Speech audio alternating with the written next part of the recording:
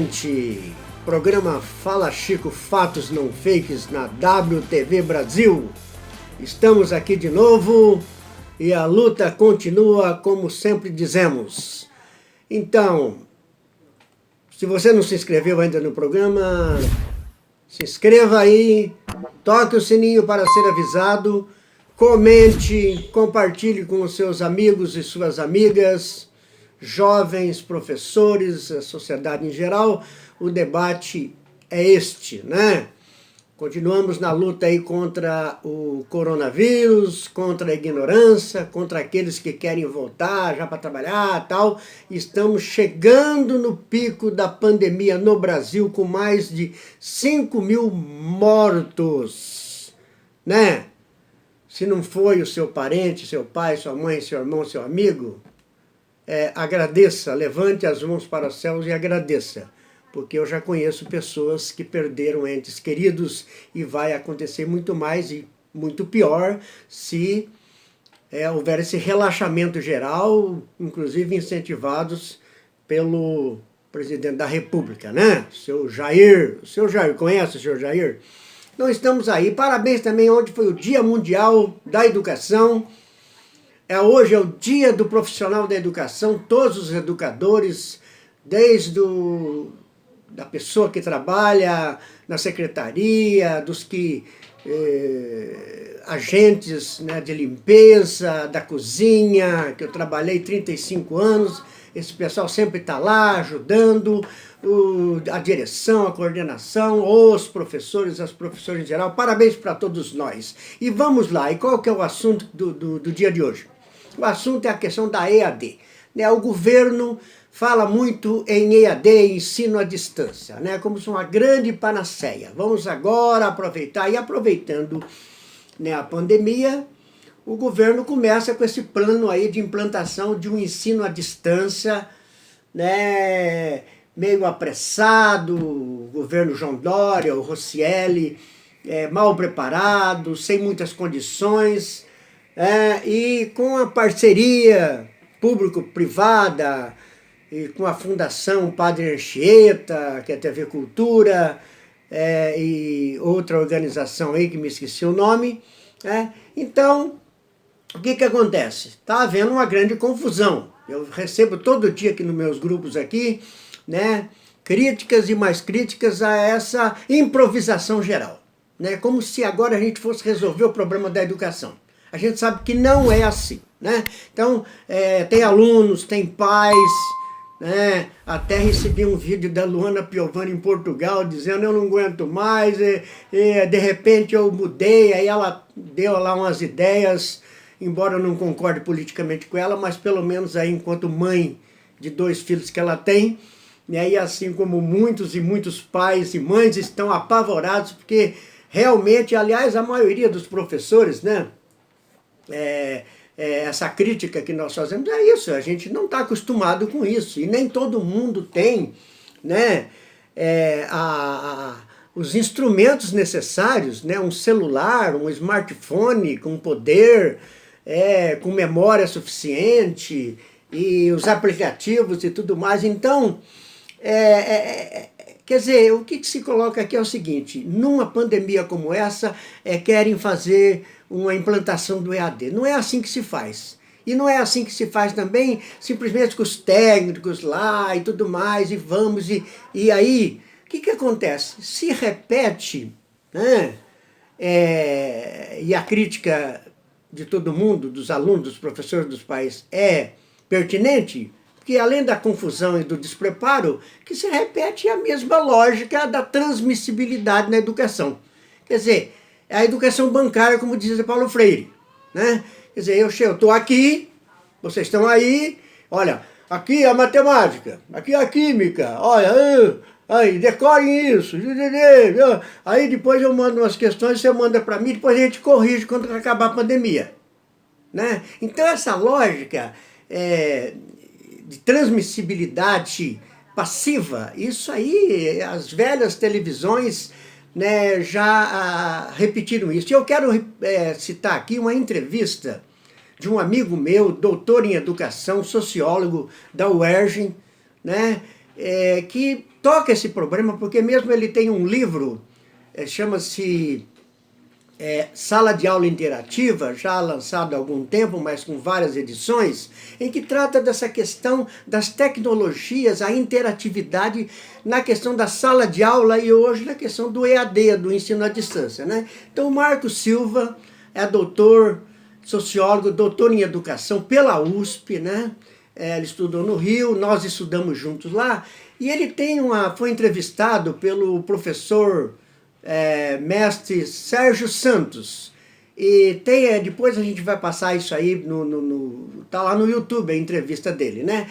E ele aborda algumas questões interessantes, né, sobre a questão da interatividade, né? Eu vou citar aqui algumas questões que ele coloca, né? Ao ser indagado pelo Sérgio Santos, né, o professor Marco Silva, né, um abraço, grande abraço, ele coloca aqui uma primeira questão, essa que eu coloquei aqui, né? Quer dizer, repete-se o esquema da educação bancária e transmissiva. Aí ele fala lá a lógica da televisão, ou a lógica das TVs educativas. Eu transmito um conhecimento, você recebe. Ora, se continuar assim, a tecnologia não muda nada, só piora. Porque pelo menos na sala de aula o aluno interrompe, fala, discute, não concorda. E aqui agora, qual é a interatividade? Vai ser as palestrinhas de autoajuda? Vai ser um conteúdo que eu transmito lá e vocês decorem aí? É isso? Depois você fala com o professor, você entra, quer dizer, como é que isso funciona, né? Então, como, né, superar essa lógica? Esse é o primeiro problema que a gente coloca aí, né? Como dizia todos os educadores, né? Se você continua na educação tradicional bancária, você não resolve o problema, né? A tecnologia não muda por si mesma, é uma questão didática, pedagógica, né? E isso se dá com estudo, com a outra questão que ele coloca, que é a questão, né, da formação do professor. Quer dizer, que se o professor não tem uma formação, né, e uma formação dialógica também, não uma formação bancária também, ou uma formação que eu vejo no EAD, então não resolve o problema. Então fica aqui um professor mal formado, sem os instrumentos necessários, o Estado não fornece, eu não tenho, né? E a gente fica aqui se enganando. Estamos agora nas mídias, nas redes sociais e tá. E daí? Eu estou aqui na mídia, vocês estão aí, e daí? Vocês podem discutir comigo aí? Podem, vai lá comentar lá. Mas o conhecimento não se dá assim, do mestre para o aluno que aprende, nem nas tecnologias. Então, o EAD simplesmente vai potencializar isso aí. Isso aí é uma das visões do tecnicismo. Embora os governos digam o tempo todo incompetências, habilidades, e uma nova educação, e um novo ensino médio, e um novo TEC, um novo isso, um novo aquilo, eles estão repetindo, pior ainda, potencializando, porque eles vão colocar o quê? A tecnocracia para funcionar, e é isso que a gente tem visto. E aí estão as críticas, quer dizer, a tecnocracia educativa, educacional, ligada com a iniciativa privada. Quer dizer, vamos ver o quê? Vender os velhos pacotes de educação, né, da TV Escola, da TV do telecurso, do segundo grau. Quer dizer, você vai vender esses pacotes? Está cheio de pacote aí. Eu trabalhei na Uniban e lá nós também fizemos um monte de pacotes. Onde estão esses pacotes? Então está aí para ser vendido, não é? Ora, isso não resolve o problema da educação. Então, a tecnocracia vai dominar? Ela domina pior ainda, porque aí não há diálogo. Eu não sei quem é que está organizando tudo isso. Nós, professores, não sabemos. As entidades de classe, as entidades dos alunos não sabem quem que organiza isso, quem determina. Não, eu coloquei lá, fiz uma pesquisa, os professores concordaram, que é o tratamento individual que eu já tratei aqui, isso não resolve. A formação do professor tem que se dar numa relação dialógica também, interativa também, como diz o professor Marco Silva. Essa que é a questão, né? Então não adianta. O professor sozinho ali, ele pode fazer o quê?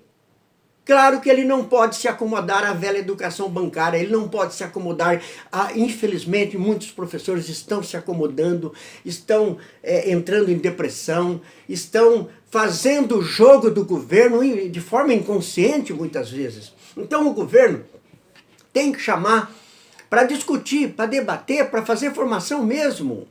Não é assim, senhor Roscielli, não é assim, senhor João Dória.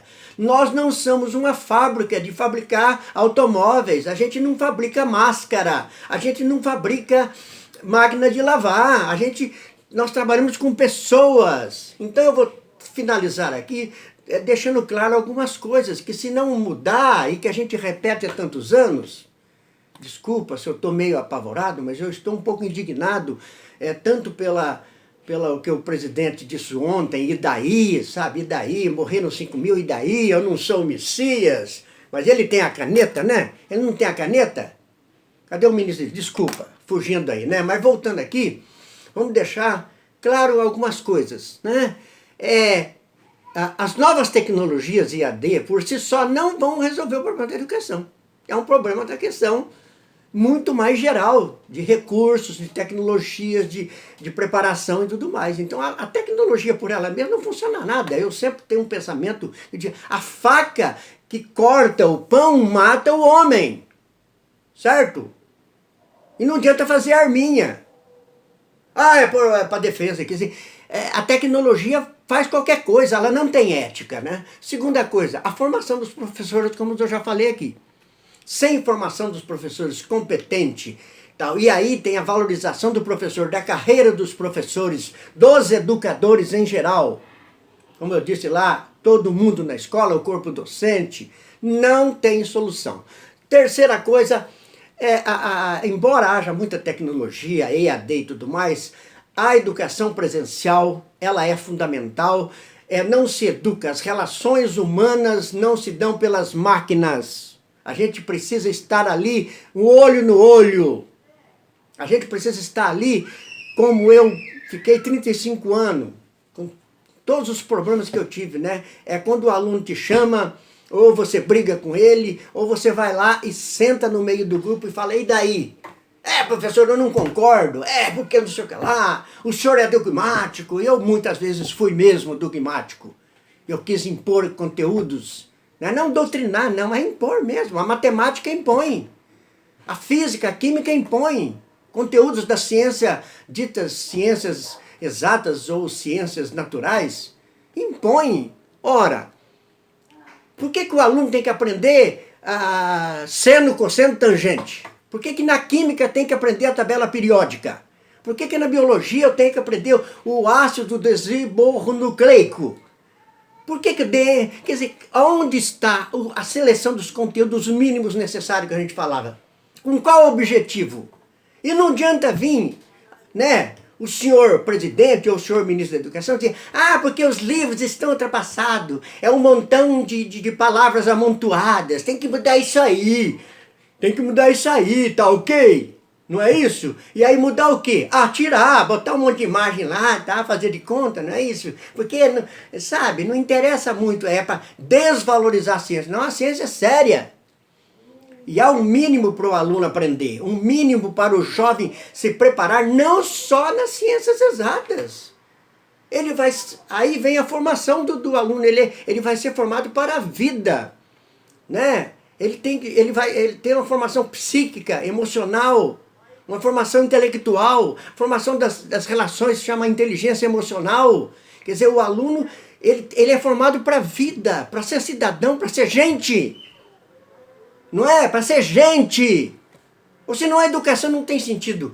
E para finalizar, né, se os governos não dialogarem com as entidades de classe, não dialogarem com a POS, com a UDEMO, com a CPP, com a APASE, com as associações dos alunos, com a UBS, e chamar todo mundo, com as famílias. Como ele fala, mas não faz.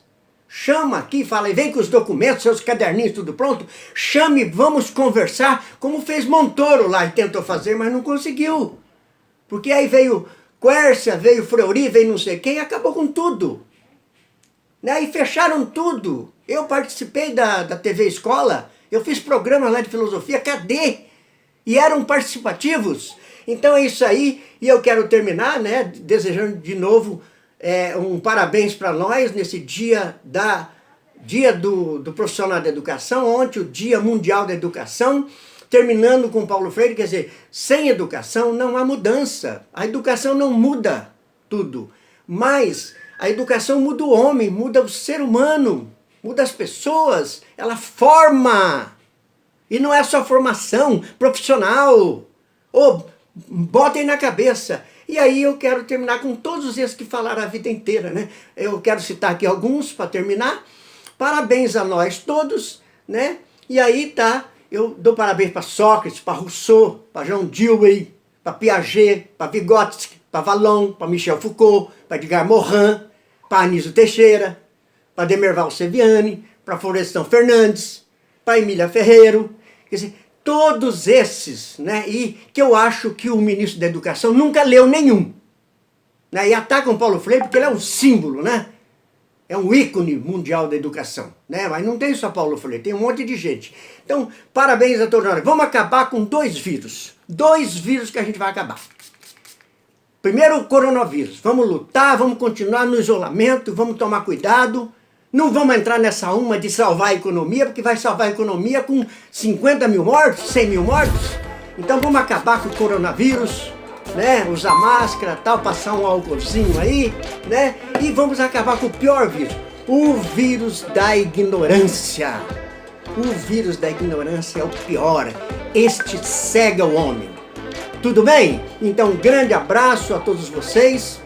Professor Chico Greter, fala Chico, fatos não fakes. E vamos à luta! E vamos à luta com muita calma. Vocês estão vendo que muito calmo, mas a gente tenta, não é isso? Eu estou apenas com 64 anos e sou do grupo de risco. Tá bom? Mas estou vivo aqui. Um grande abraço para vocês. Vamos à luta! Educadores, levantem a cabeça e não se deixem enganar. Obrigado.